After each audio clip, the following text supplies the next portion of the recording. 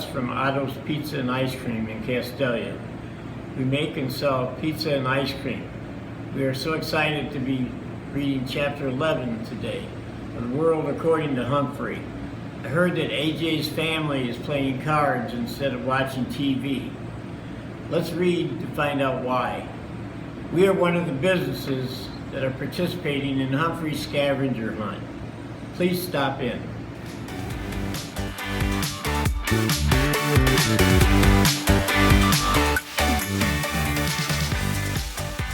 Hello, I am Deputy Orzak with the Erie County Sheriff's Office, and this is my partner Max. Max, come here. Say hi. There's Max. And I am reading Chapter 11 of The World According to Humphrey. Okay, TV or not TV? Wow, Friday was a great adventure because AJ took me on the school bus. It was noisy and smelly and very, very bumpy, and just about everyone on the bus wanted to get a good look at me, including the driver, Miss Victoria. It was exciting, almost too exciting, because AJ couldn't hold my cage steady, and I was slipping and sliding and bouncing until I was quite dizzy. Sorry, Humphrey, I'm trying to hold still, AJ told me as someone bumped his elbow and sent me sprawling on the floor of my cage. It's all right, I squeaked weakly. The bus let us off close to AJ's house. It was a 2-story old house with a big porch. As soon as I entered, I got a warm welcome from AJ's mom, his younger brother, Ty, his little sister, Deely, and his baby brother, Bo. Anthony James, introduce us to your little friend, his mom said, greeting us. Anthony James, everybody at school called AJ by his initials, AJ. This is Humphrey. Hello, Humphrey, said Mrs. Thomas. So how was your day, Anthony? Lousy. Garth kept shooting rubber bands at me. He won't leave me alone. But you two used to be friends, his mother said. Used to be, said AJ, until he turned into a jerk.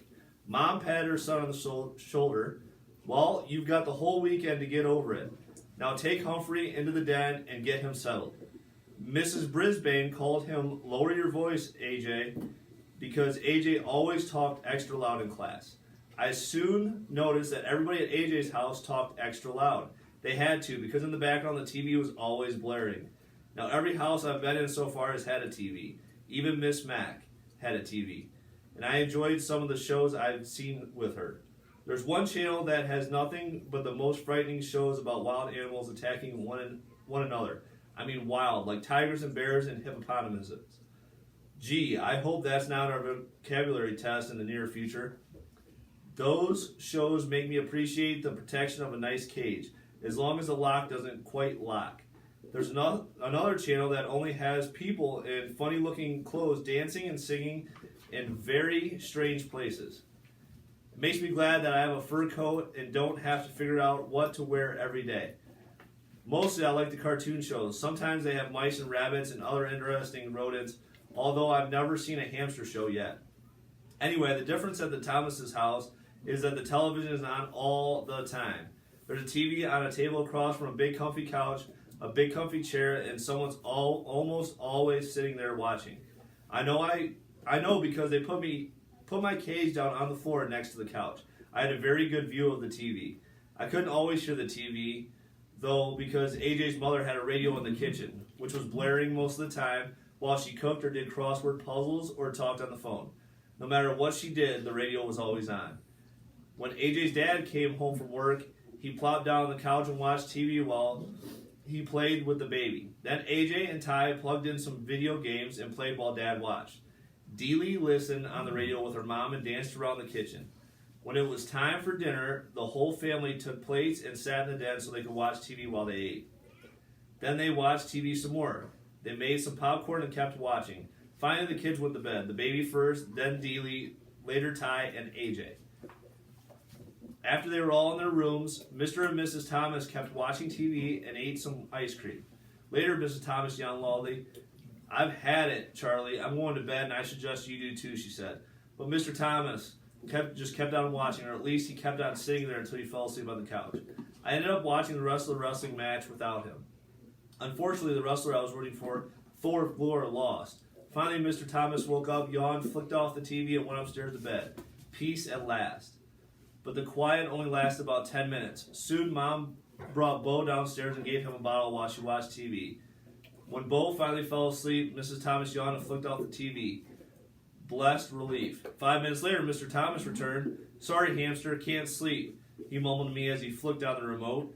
He watched and then dozed off again. But the TV stayed on, leaving me no choice but to watch a string of commercials for car waxes, weight-reducing programs, exercise machines, and red-hot harmonica classics. A combination of being nocturnal and being bombarded with the sight and sound kept me wide awake. At the crack of dawn, Deely tiptoed into the room, dragging her doll by its hair, and switched to a cartoon show about princesses. She watched another show about cats and dogs, scary. Then, Mr. Thomas woke up and wanted to check some sports scores. Mrs. Thomas handed him the baby in his bottle, and soon the older boys switched over to video games, and their parents watched them play. It was loud, loud, loud, but the Thomases didn't seem to notice. What do you want for breakfast? Mom shouted. What? Dad shouted louder. What do you want for breakfast? Mom yelled. Toast or waffles? Dad yelled louder. I can't hear the TV, Ty hollered, turning up the volume. Do you want juice? Can't hear you, Dad responded. And so it went. With each new question, the sound on the TV would be turned up higher and higher until it was positively deafening. Then Mom switched on the radio. The Thomases were a perfectly nice family, but I could tell it was going to be a very long and noisy weekend unless I came up with a plan. So I spun on my wheel for a while to help me think. And I thought and thought and thought some more. Then it came, the big idea. I probably would have come up with it sooner if I could have heard myself think. Around noon, the Thomases were all watching the football game on TV. Or rather, Mr. Thomas was watching the football game on TV while AJ and Ty shouted questions at him. Mrs. Thomas was in the kitchen, listening to the radio and talking on the phone. Deely played peekaboo with the baby in the cozy chair. No one was watching me, so I carefully opened the lock that doesn't lock on my cage and made a quick exit. Naturally, no one could hear me skittering across the floor as I made my way around the outside of the room, over to the space behind the TV cabinet. Then, with great effort, I managed to pull the plug.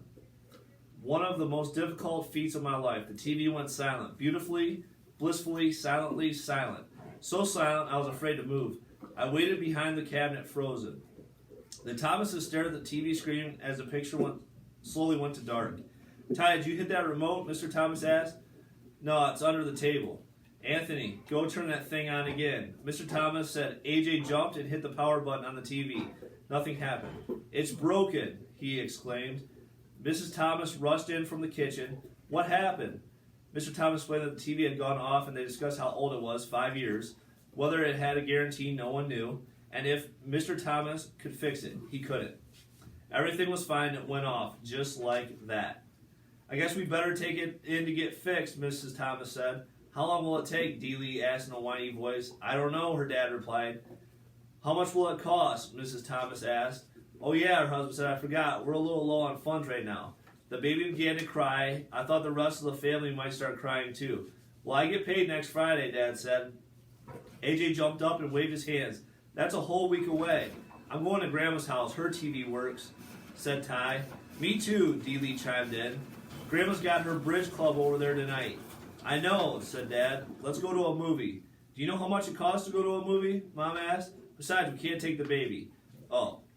They whined and bickered for quite a while. They got so loud I managed to scamper back to my cage unnoticed. Then I guess I dozed off. Remember, I had hardly had a wink of sleep since I arrived. The bickering was nice, soothing background after all that racket.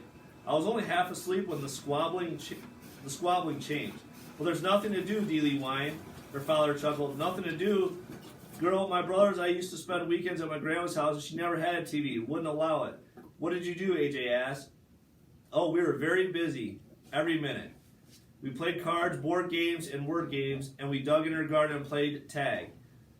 A lot of times we just sat on the porch and talked. My grandma, she could talk. What did you talk about? Ty wondered. Oh, she'd tell us stories about her growing up, about ghosts and funny things, like the time her uncle was walking in his sleep and went to church in his pajamas. Mrs. Thomas gasped. Oh, go on now, Charlie. I'm just telling you what she told us. He woke up in the middle of the service, looked down, and there he was in his blue and white striped pajamas. I let out a squeak of surprise and the kids all giggled.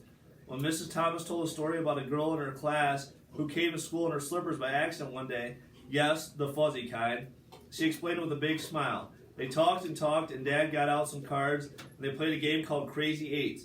Another one called Pig, where they put their fingers on their noses and laughed like hyenas. When Bo fussed, they took turns jiggling him on their knees.